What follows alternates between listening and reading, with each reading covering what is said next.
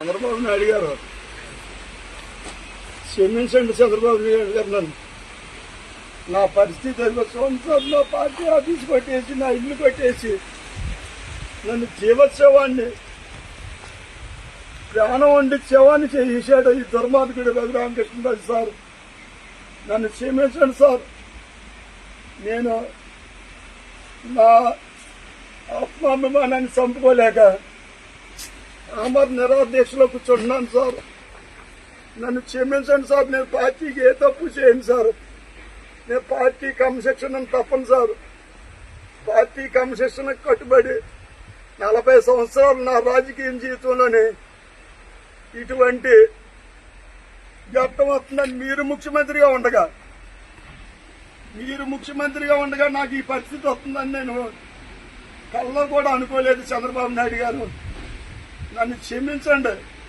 నా ఆత్మాభిమానాన్ని చంపుకుని నేను ప్రాణం ఉన్న జీవోత్సవాన్ని చంద్రబాబు నాయుడు గారు నన్ను క్షమించి నేను పార్టీకి వ్యతిరేకంగా కానీ పార్టీ కాదు నాకు ఇక్కడ ఉండి నియోజకవర్గంలోని తెలుగుదేశం పార్టీ నాయకులకు కార్యకర్తలకు అభిమానులకు ప్రజలకు 83 నుంచి కూడా తెలుగుదేశం పార్టీ ఎంతో ఆదరించిన ఈ ఉండి నియోజకవర్గం ప్రజలందరినీ కూడా ఎప్పుడు కూడా ఏ విధమైన ఇబ్బందులు పెట్టలేదు.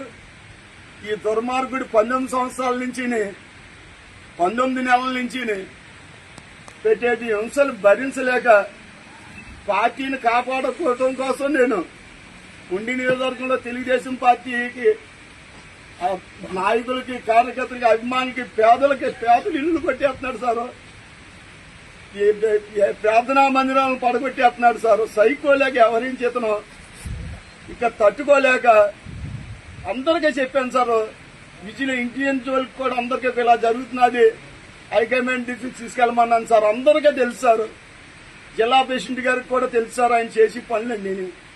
ఇన్ని అరాచకాలు చేసిన ఆయనకి జడిసిపోయి ఎవరో మాట్లాడలేక మీ దగ్గర చెప్తే ఏం చేస్తాడన్న భయంతో అందరూ ఉంటే నేను మీకు అత్యంత సన్నిహితుడిగా 40 సంవత్సరాలు మీతోటి నాకున్న అనుబంధాన్ని తెలుగుదేశం పార్టీని ఇతను భూస్థాపితం చేసేస్తున్నాడు అన్న ఉద్దేశంతో నేను గలవిప్పాను సార్.